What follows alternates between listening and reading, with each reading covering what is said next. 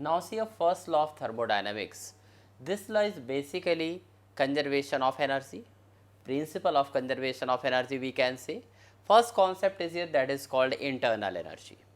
You know, internal energy is represented by internal energy, that is represented by here U. This is the total energy of the gas or the any liquid due to the translational motion, vibrational motion or rotational motion of the molecules. Basically, internal energy of the any system can be taken in this form, because U is equal to UK plus UP, that is the sum of the total kinetic energy plus potential energy, that is the total energy, internal energy. And now also here this internal energy of the system can be changed by the two ways, by the two modes of transfer of energy, by giving the heat or performing some work. Suppose delta Q amount of heat is given to the system and there is a some work is done by the system on the surroundings. So, suppose delta W is the work done by the system on the surroundings and there is change in internal energy is delta U.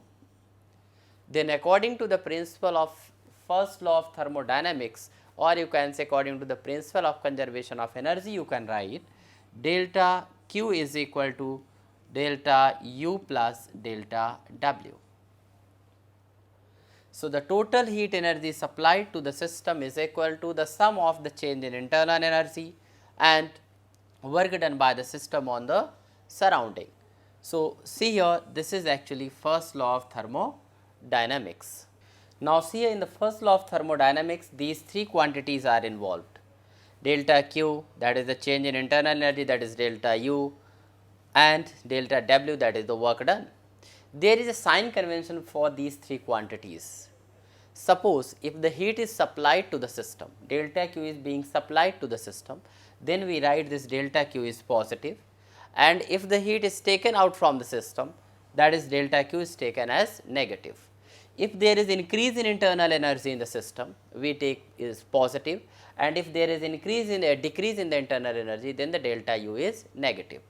Suppose if the work is done by the system, then delta W is taken positive, and that is when the gas expands, so work is done by the system. But when the gas is compressed, so the work is done on the system and then delta W is taken as negative.